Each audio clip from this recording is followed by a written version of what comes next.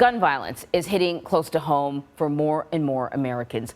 13 mass shootings in the U.S. have been reported since Friday.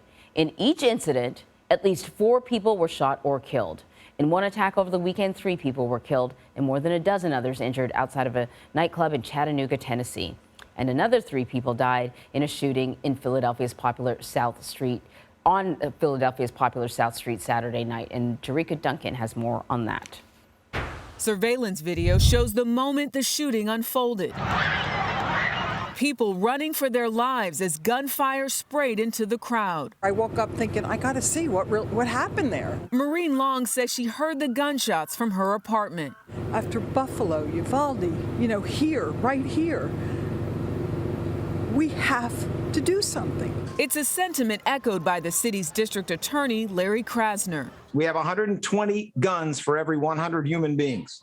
That's ridiculous. This is supposed to be a country of human beings, not a country of guns. 211 homicides so far this year, 743 non-fatal shooting victims.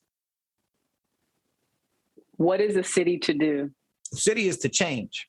I mean, that's the bottom line. The latest CDC data reveals a nearly 35% increase in firearm deaths nationwide from 2019 to 2020, with guns accounting for 79% of all homicides in the U.S. The country also recorded its most annual gun deaths ever, more than 45,000. Now, into 2022, we're seeing increases in many forms of violence. And of course, we've seen some increases in mass shootings as well. Daniel Webster leads the Center for Gun Violence Solutions at Johns Hopkins University.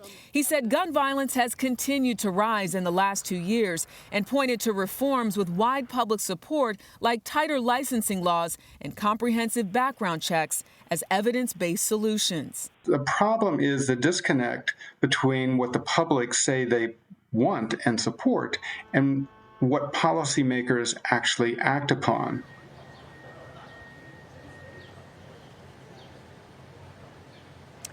And according to Larry Krasner, the district attorney that I spoke to, he said that 28% of fatal shootings are actually solved, Anne-Marie, and that's making the point that the people who are committing these crimes, he says, know that they're more likely to get away with murder.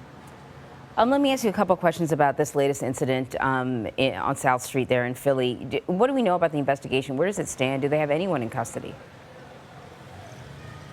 They don't have anyone in custody at this time, Anne-Marie, but remember that police officer is said to have made contact with one of the shooters, so they're not sure if he'll end up in a hospital trying to get medical treatment for his hand, perhaps. But they have a number of cameras, as you know, in this area, so they're counting on more footage, more people talking to get answers about who exactly was responsible. But also keep in mind that they say multiple shooters, up to 5 shooters could have been involved in this. And what sort of reaction are we getting from state lawmakers to this?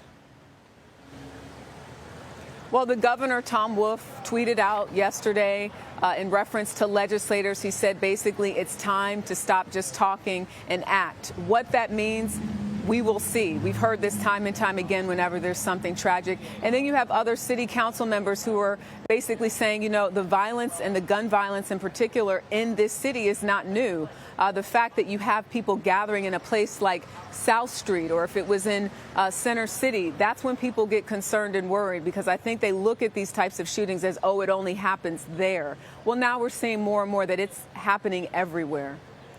It's a great point. Jericka, thank you very much.